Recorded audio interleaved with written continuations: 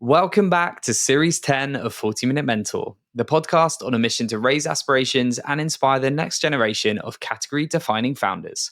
From purpose-led entrepreneurs to Olympic champions, you'll learn firsthand from today's successful leaders on what it takes to be brilliant, all in just 40 minutes. Today's 40-Minute Mentor is Raj Kaur Khaira. Raj wears many hats. She is co-founder and COO of AutogenAI and also an acclaimed author, lawyer, and campaigner. She has an incredible track record helping companies achieve operational excellence, having scaled startups across roles in product development, customer success, finance, HR, marketing, and legal, to name a few. Now she's building AutogenAI, a company that is at the forefront of natural language processing within artificial intelligence. On top of that, Raj is also a successful author and a women's rights and social mobility campaigner, having founded the Pink Ladoo Project, a gender equality trend that has had a huge impact globally. There is so much to discuss with Raj in today's episode, so I can't wait to dive into her career and share her mentorship with you all. So, Raj, welcome to 40-Minute Mentor. How are you? I'm really well. Thank you, James. And thanks so much for inviting me on. The pleasure is all mine. I'm very excited. You have one of the most interesting backgrounds of all our guests. So it's really exciting to dive into your story and share it with our listeners. But before we get into it, we really should give you some quick fire questions to warm you up. So if you don't mind, can you finish the following sentences after me? Number 1, I grew up wanting to be... A doctor. Okay, a doctor. Where did that come from? Have you got doctors in the family? No, I'm the first person in the family to actually finish high school. So I grew up in Canada and I'm also English. And the first person in my family to finish high school. There are no doctors in my family. Okay. I think I was a child and I loved science. I did biology all the way through to university. And I just didn't have exposure to many careers. It was also one of the only careers that I knew through which you could help people. And so that's kind of how I arrived on it. I really love science. I love understanding how the body works. And I wanted to help people. So I wanted to be a doctor for a very long time. Oh, amazing. Good stuff. Thank you for sharing. The last time I was scared was when? The last time I was scared was probably a few days ago when I was rewatching Stranger Things. I am also a big horror movie sort of thriller aficionado. I absolutely love being terrified. So if there's ever a horror movie or a scary movie that's out that is terrifying everyone, I'll probably be the first one to jump and watch it because I love feeling scared. Oh, that is brilliant. It's normally the opposite reaction I get whenever I talk to people about horror movies. So I love that. I must say I have a soft spot for thrillers, more thrillers than horrors, but I don't mind a horror. And Stranger Things is definitely one of my preferred Netflix binges. So that's good to know. Thank you for sharing. The most memorable day in my career was... I think the most memorable day in my career for me, I think it was either April 8th or 9th last year, where I had made the decision to stop working for startups and I was going to go it alone and focus on my books and my campaign and South Asian Therapists, which is a business I run on the side. And I'd kind of resigned from Elliptic, which I think is a role that JBM placed me in with Laura Coffey. And I kind of said I'd had this conversation with the universe that I'm done now. Thank you for all the opportunity. I'm going to focus on my own stuff. And then 2 days later, I think it was either 9th or the 10th or maybe 11th of April, I got a message from Sean Williams, who is one of the founders I worked with in his first business, where he said, I've got this AI thing in my head. Do you want to come on board? And I'd always said he's the only CEO I would ever go and work for again. And he's the only person I've worked for who is worth dropping your plans and going to do whatever he's doing. And that's just a really memorable day for me because it just felt very bizarre and cosmic. There's probably a few more, but... It was meant to be, clearly. It was just fate. Yeah, I mean, a meant to be will reveal itself in due course when we figure out what the actual long-tail trajectory of this business is going to be. But it did feel very, meant to be. And I'm sure there's many other moments like that in my career, but in terms of one that jumps out in recent memory, it's probably that. Oh, that's amazing to hear. And I'm really excited to dig into more of the story of Autogen AI. But for now, we'll tease our listeners with that and we'll get into it a bit later. My biggest failure to date is. I think my biggest failure to date is that I never managed to do things on my own timeline. But I don't really define anything from the lens of failure. I had that's a very personal thing of mine that I don't see anything as a failure. I have zero regrets. I am very, very aware that literally everything that I did or didn't go through, every job that I did or didn't get in my life has almost poetically brought me to where I am now. And I would not change where I am now for a thing. So there's nothing that I really see as a failure, although objectively, based on how other people define failure, I'm sure I've had many. I've been fired from very high profile jobs.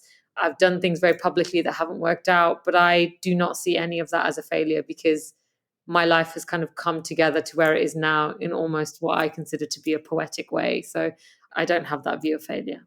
I think that's a really refreshing way of framing failure. And yeah, I think it's really good to hear a positive spin on that question because often we get some really big, shocking failures in answer to that question. But I think that's a really nice way of looking at it. I mean, I guess if I had to be pushed to answer what is a failure, I would say I think it's a personal failure that I haven't been able to correct whatever it is within me that drives the anxious overachieving. I see that as a bit of a failure. Sometimes when I get into like my spirals of like, I'm not good enough. Oh God, what am I doing? I see the fact that I haven't been able to stop that as a bit of a failure. That's it, really. But I guess that also might be part of the thing that keeps driving you to succeed and create some of the amazing wins that you've had in your career. So it's a catch-22 that I think sometimes. But yeah, I think there's probably a lot of people listening that have that trait, and I'm definitely one of them. Thank you for sharing so openly. The last quickfire question. If there was one thing I could change about entrepreneurship, it would be. I think I would really change the way we have gotten into a climate in the last 10 years where we celebrate and reward potential rather than outcome and success. You see this a lot in the way capital is raised or the way startups are spoken about, that we really tend to reward and celebrate fundraising when fundraising in and of itself is not a success signal, right? It's like celebrating that someone invested in your house rather than the fact that you sold your house. Like I really wish we would kind of move towards celebrating again, like we did in the olden days, things like actual revenue, customers landed, where the business is actually going. Whereas now I see a lot of headlines and we'll be celebrating that X business raised X amount of money.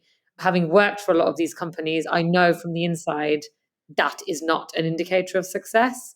So that's one thing I wish we could change about entrepreneurship the way it is today. Yeah, totally. Couldn't agree more. And I feel that I don't know if it's changing enough, but I'm seeing it with a few people I speak to that seems to be there's a lot of shifting in business models away from the hyper growth. Let's raise loads of money. Let's just scale rapidly. There's definitely some more sustainable growth being done at the moment, but I still think a lot of people in the ecosystem see fundraising as like a must. Raise as much money as possible, and I think that's definitely should change.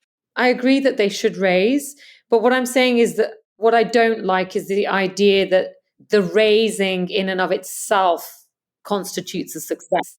And we were very clear about that at AutogenAI. When we raised our Series A, we were very clear to sort of disseminate or clarify within the business that a raise is an amazing, powerful signal that we're heading in the right direction, but that is not a success story in and of itself.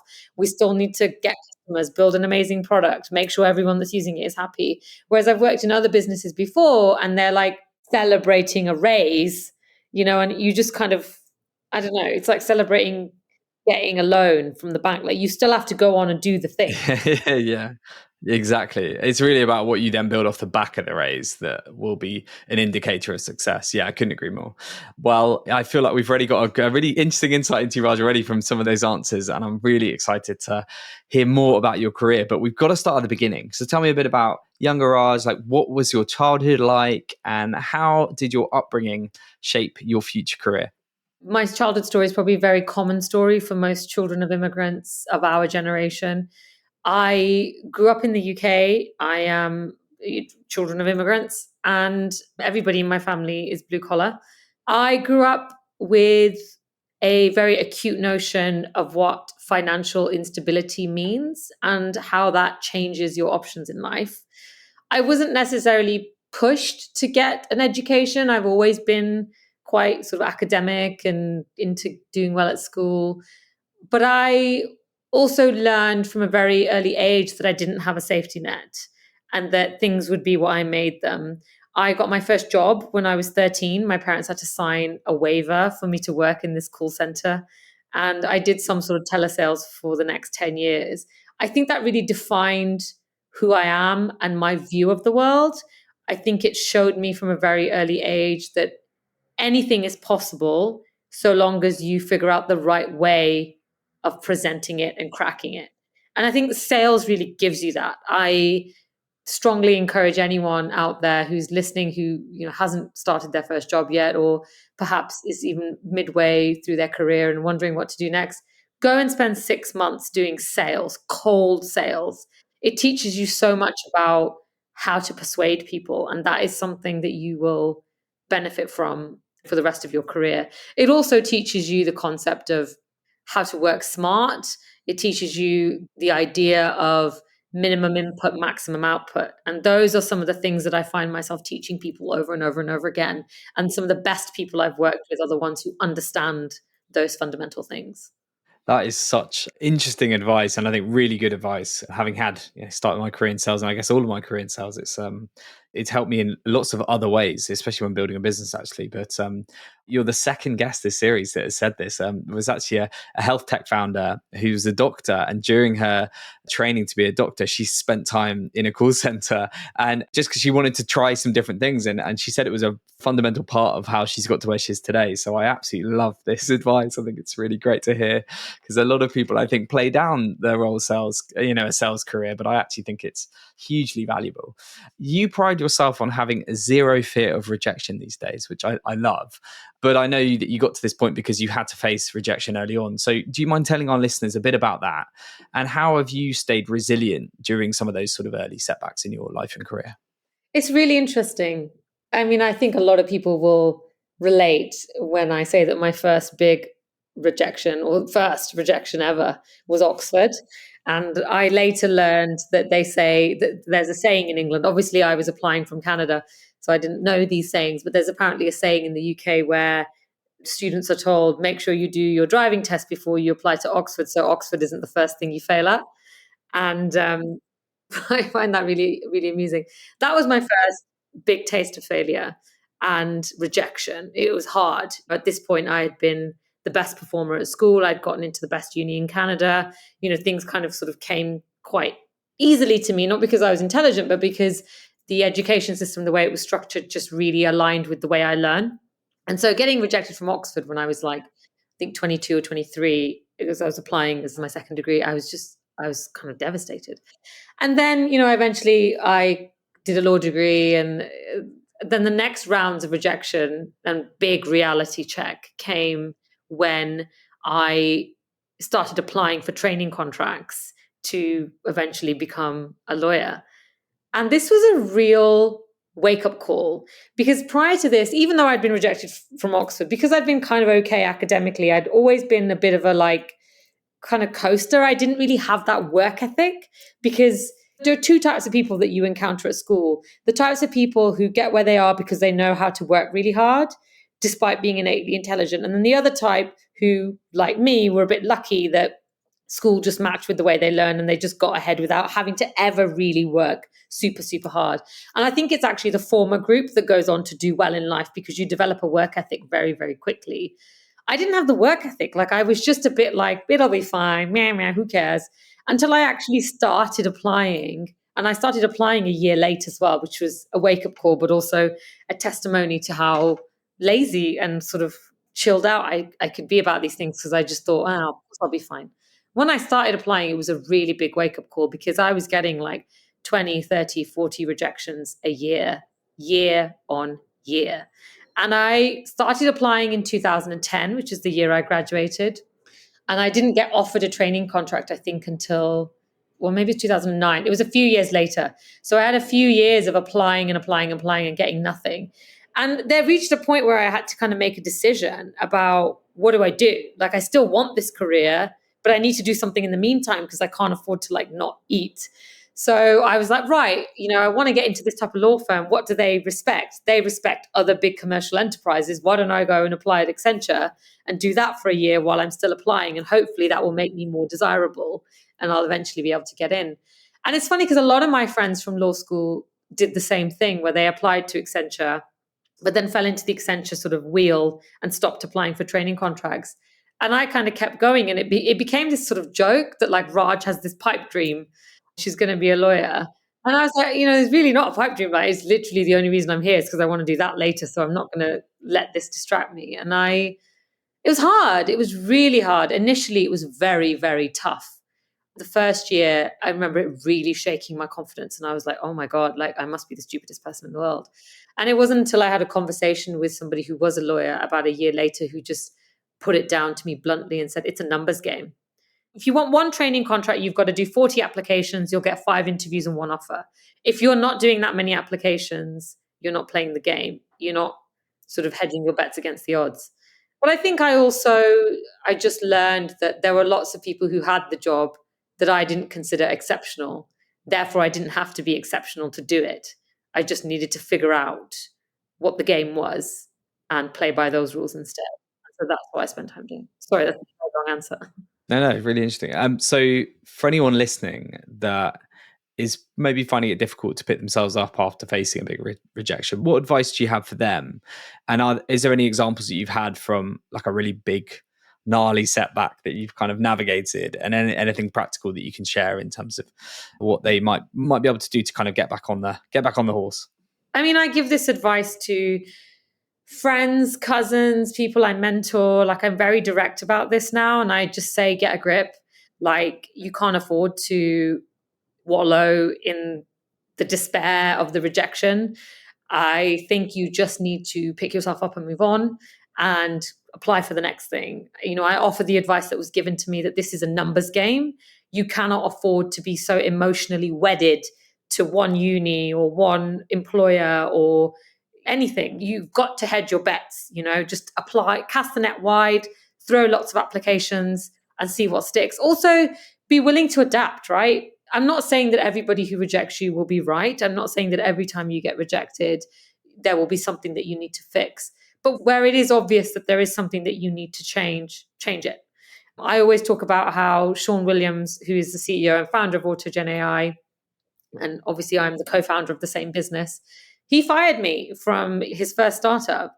And I always tell people that story because I think I had 2 options at that point. I could have wallowed and been like, oh my God, I've been fired, my life's over.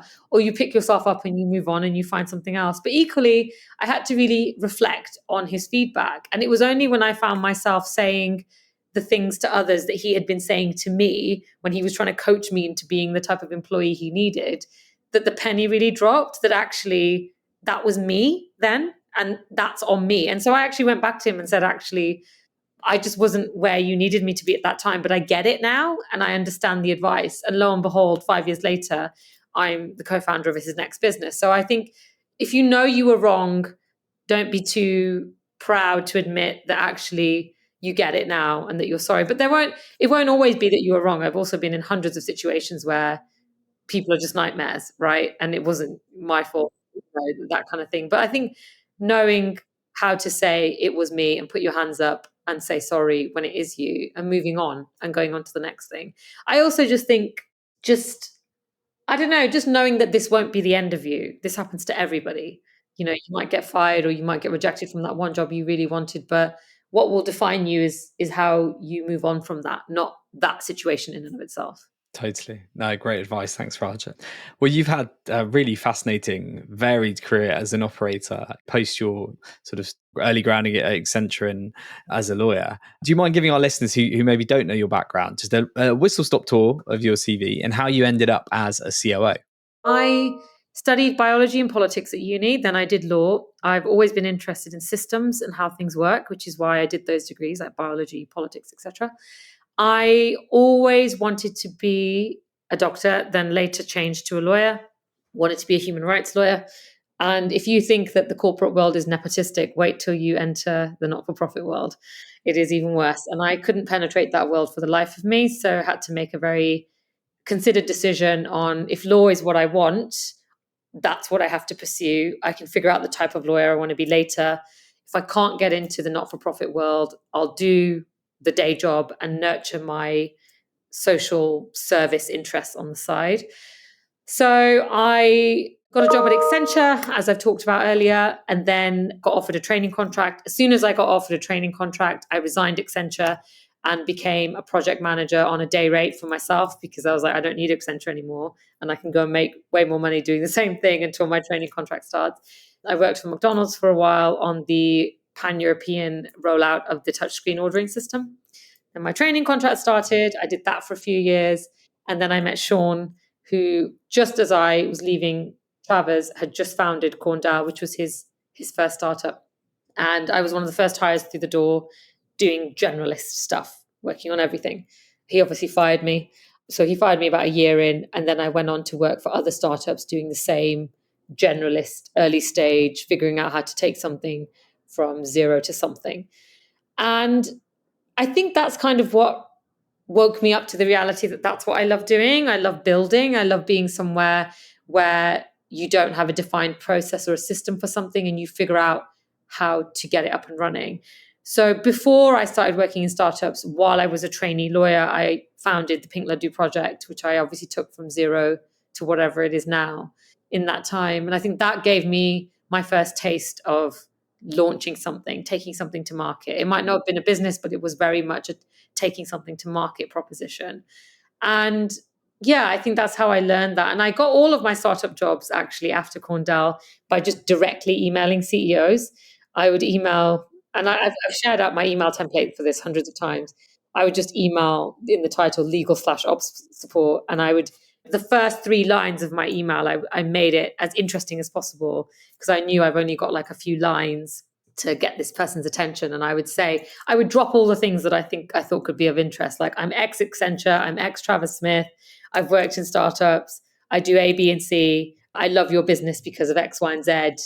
We should talk. That I'm up for helping you grow and scale. I would always end on like, I'm up for any kind of opportunity, like permanent, part-time, full-time, or interim, so that it was like there's literally no pressure, and it's me, I'm not an agency. So I've worked for like 20 startups in the last 5 years, and most of them I got through just sending that email to CEO. Love that. I love that, how bold that is. And again, it's very considered and you're thinking about the hooks and all that sort of stuff. So I think it just goes to show it can work. And hopefully that encourages others that might be looking at the moment to think about just being bold and going for it. Thank you so much for sharing. It's really interesting. And you've obviously seen so many incredible startups over the last few years and really honed that COO skill set. And, I guess alongside the operator skill set and experience, you've also founded a number of different ventures. South Asian Therapist, you mentioned the Pink Ladoo Project, and obviously now AutogenAI. So did you always know you wanted to go it alone and build something alongside the kind of operator stuff that you've done? And how did you find that switch from operator to founder? I still see myself very much as an operator within AutogenAI. This is very much Sean's business, his vision that I deliver against. So I'm very much co-founder, he's founder. I think in my other ventures, I don't know if it's me or if I'm crazy, but I have never believed that any of these things are particularly hard. I think there are just rules of each game that you have to try to understand and figure out and then play. And that's actually what I find quite interesting is, so Sean, who is the founder of Autogen, obviously a brilliant business person, he really loves board games. And I don't play board games, but I do always talk about my ventures in the sense of like, these are games that have to be played. So I think that's actually one thing we have in common is we love figuring things out and then doing it. Because I don't think any of these things are particularly hard. I think that's what, when I meet people who want to found their own thing or launch something or write a book, I often think that the thing that's holding them back is actually that they're very much in their own heads and that they understand that there are rules in the game, but rather than sort of like delving into it and trying to figure out what those rules are to then figure out how they can play the game themselves, they get caught up in this idea of like, I can't do it. the game is obviously just so intelligent and so exceptional that there's no way that I could play it. And I think I spend a lot of time convincing people actually, no, the game is not that special. It's just it has to be played in a very specific way. And I think one of the main things is as well, I always talk about how I'm very interested in the attention economy. I'm interested in how you get people to do what you want, not in a one-to-one way, but in a macro way. And I think generally that's what business is. It's figuring out if you're selling something, how do you get people to buy it? And I get a lot of people asking me, oh, I'm trying to launch a campaign or I'm trying to launch a business. Help me with my socials because I understand social media quite well and sales and direct sales and go to market. And the question I often ask them is, would you click this post? Would you respond to this email? Would you buy what you're selling in the way that it's currently being presented? And often, shockingly, the answer is no. And I often say to them, no, if you wouldn't do it, then why should anyone else? And that's the rule of the game. And I think people get in their heads about what it takes to launch something or start something. It's not hard. It's just a bit like maths, and you have to figure out the rules of the mathematics and then go and do the equations. Really interesting. Yeah, really, really interesting. And I think it's another reason probably why you're incredibly successful as a COO and operator is that you bring a commercial lens and that go-to-market lens to the way you think. And I think that's a unique combination. We've got to talk about AutogenAI. It's a hugely exciting startup that you're co-founder of. So tell us a bit more about the origin story, how it works, and who is it built for? So, AutogenAI is a business that is leveraging large language models and text generating AI against the very real business problem of writing and answering bids, tenders, and proposals. So, we know that AI speeds up writing, we know that it makes writers faster. In our opinion, the best use case, the best business case for this is applying it to writing that is both business critical and very expensive to produce. And the only writing that we think is super business critical and very, very expensive to produce and directly linked to revenue is bid writing. There are businesses around the world who spend hundreds of millions of dollars a year just writing bids. They win billions of dollars worth of bids a year. Bids, are contracts, and they have little armies of bid writers who go out and answer these bids in the hope that their business will win that contract. And so for us, it's a complete no-brainer. The idea came about because Sean, who is the founder and the CEO, his first career was as a bid writer. And when he saw AI and text generating AI, he immediately saw the use case of how it could solve this very real, very live, very expensive business problem. So that's what we do. We apply large language models and help businesses answer bids, tenders, and proposals more quickly, more efficiently, which allows them to grow at a much higher rate. We took our product to market in December. We've signed over 40 clients, enterprise clients. We're the fastest growing AI business in the UK. And we are revolutionizing the way people tender and the way people try and win business. We already have clients who are telling us that thanks to our technology, they've won double the amount of contracts they did previously. They've literally doubled their revenue because their writers are so much faster now and so much more effective that not only are they able to submit more bids, but the bids that they are submitting are of a higher quality. So that's what we do. It's sometimes Sean and I joke that it's a very boring application of a very sexy tech. But honestly, the boring application solves a very real, expensive business problem. Over $500 billion is spent globally on the production of bids, tender, and proposals. So, companies are spending a lot of money trying to win work, and we help them reduce that cost Huge opportunity. and increase their win rate. Fantastic. Thank you so much. And you can really see the use case, as you say. Generative AI is the talk of the town. Everyone listening to this will have probably used or at least heard of ChatGPT, but there are also still going to be people that are very scared, as much as some that was excited and some that are scared, probably in equal measures, about the potential of AI and what it really means. So I guess to give a balanced opinion, I'd love to hear your thoughts on the opportunities for those maybe that might be a little bit skeptic. And then on the other side, it'd be good also to understand your view on the drawbacks of AI and how we might be able to convince people that are very skeptical about it. So I would love your thoughts on those things. So Sean and I just got back from San Francisco. We were invited to a summit with 20 other businesses. We were the only UK business that got invited, the only non-US business that got invited, actually. And it was to discuss with some of these tech leaders in Silicon Valley the future of AI and business building in this space.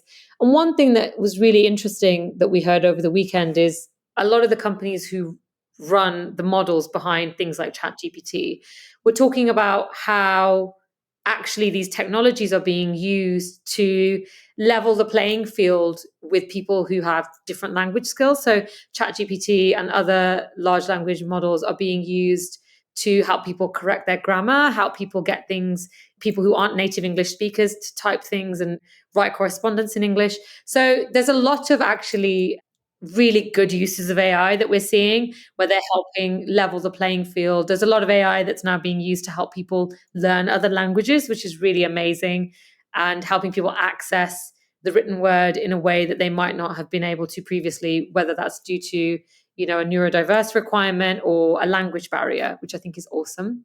I think we are scared of AI in the same way that we've been scared of many technological inventions when we've been on the forefront of something big.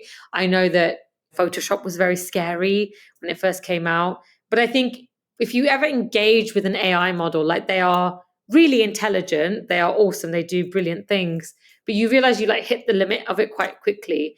And I think for people who interact with it, I think it can seem magical initially. And I think that magicalness is what is terrifying. But I think if you are at that stage where you've interacted with the magical side of it and now you're scared, I would encourage you to keep interacting with it, because you will quickly realize that actually it's not as magical as you think it is, and you will hit the limits of it very quickly.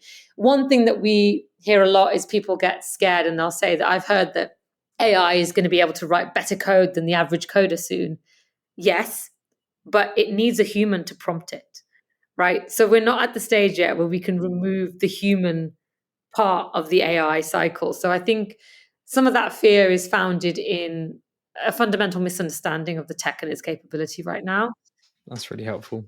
That's really good to hear. And I hope any skeptics or anyone that's a bit terrified about it will engage with it, because at least then you can make a balanced view, as you say. And I think as somebody myself that didn't know too much about it and has started to use it a bit for my day job, I've seen the benefits and I can see just huge value in it for everybody. So yeah, keen to embrace it more. And I hope others listening will. You've spoken about the importance of ethical AI, which I think is really interesting. So do you mind elaborating a bit about that, and also share how businesses listening to, or owners, founders of businesses listening, can strike the balance between leveraging AI's potential, but also ensuring they're taking into consideration the ethical side of things? Yeah, I mean, look, I think anything is dangerous in the wrong hands. From sugarcane, you can make sugar and you can make other things, but you can also make like alcohol and acid, right? Like, and that doesn't mean to say that we like ban sugarcane from being in use, but I think proper responsible implementation and use is key. I think it's important to not throw out the baby with the bathwater. Just because something can be misapplied or used in a perverse way doesn't mean that we should bin it for its good and ethical and helpful uses as well. So that's kind of the example that I try and lean towards. It has more to do with the human interacting with it and whose hands we let it get into and what we let them do with that, rather than the AI itself. Yeah, totally fair. Thank you for sharing. We'd love to hear a bit more about AutogenAI's story to date. You've talked about the Genesis story. It sounds like it's going incredibly well, but tell us a bit about the journey of building. How's it going? What's been your biggest highlight so far? And I guess on the flip side, have there been any particularly really challenging moments in the last year or two? Yeah, so the highlight has been that this is no one's first rodeo. So Sean has obviously founded, built, and scaled and exited a business before. I've got a lot of experience in tech startups. We've got a very, very experienced team. So it's actually really exciting to be building something new where everyone's super experienced and really understands that idea of like minimum input, maximum output. We are doing value-based work always. We're constantly doing work that drives one of the four objectives of the business, which is build, sell, delight users, demonstrate value. If you're not doing one of those four things, we constantly ask, like, what are you doing and why? That's been really exciting. It's been interesting also to watch how the conversation around AI has changed in our time. So we founded the business. Sean founded it in February 2022. I came on in April, May. And for the rest of that year, we were talking to people and taking this thing to market, and nobody understood AI. we were saying AI can write, and people were looking at us like we were totally insane, like we were making it up. And this didn't stop our sales conversation because obviously the demos were very powerful, but it's just been fascinating to watch how the conversation around AI changed after ChatGPT came out, because now the foundational understanding of AI completely changed across the market, right? We were no longer having to convince people that this magical thing existed. They knew it existed, and we could go straight to our value proposition. That was really fascinating to watch. And it was really amazing to have been a part of something before it exploded and then watching how the public shaped its view of this thing. That's been really cool. Setbacks, I don't think we've had any setbacks, but we've had the teething pains that are usual in any business. We set some departments up in perhaps suboptimal ways initially. We have revised our strategies on product and what we think is important continually. We've changed how we incorporate customer feedback into our product development and review cycles. So there haven't been any like major catastrophes, but we've just kind of we've been able to iterate and learn and pivot really quickly where we've had to. We pride ourselves on being a low ego environment, and I think that really helps when you've committed to strategy A and strategy A is not working. If you're a low ego environment, everybody is on board when we say that didn't work, we need to pivot. Whereas I think is if you get into high ego environments, it can be very difficult to pivot because people feel very emotionally or egotistically attached to the strategy. Whereas we don't really have that. We're constantly thinking about like what is right for the business and moving to do that.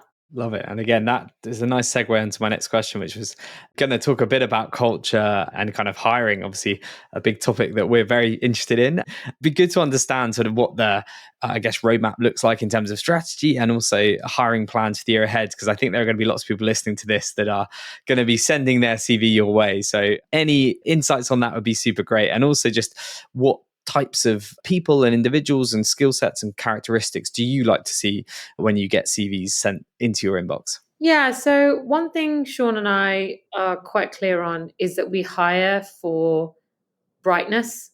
And we've been very careful about how we couch that because we're not the types of people that believe that badges from certain institutions are what determine intellect.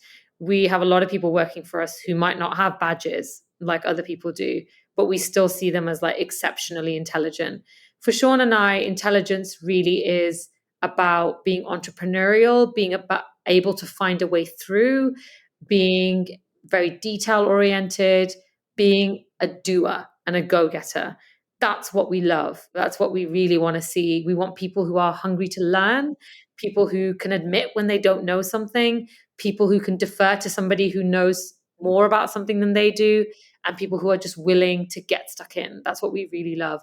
We also really love multidisciplinary people. So our chief of AI R&D is also a former Olympian, and we love that. You know, we've got so many people who've got side hustles, who do various different things, and we just love that type of ingenuity and creativity because we really believe that you bring that to the workplace.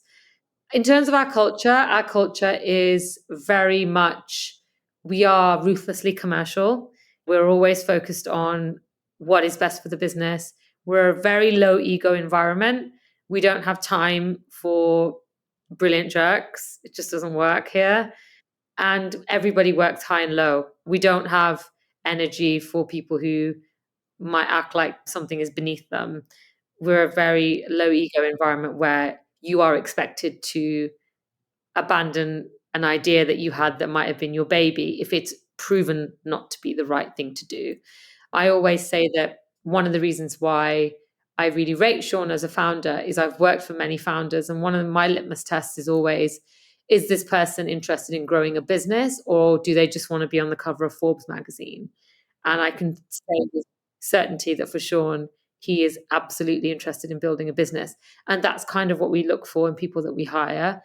We want people who are as interested in building a business as we are and who aren't perhaps using this as sort of a vanity exercise. Yeah, that's a super important trait in a founder. And yeah, he sounds like he's very, very good. And the two of you make a brilliant team, and also sounds, based on what you described, like it's a really great culture. So I'm hoping you'll get lots of great CVs coming at you after this podcast goes live.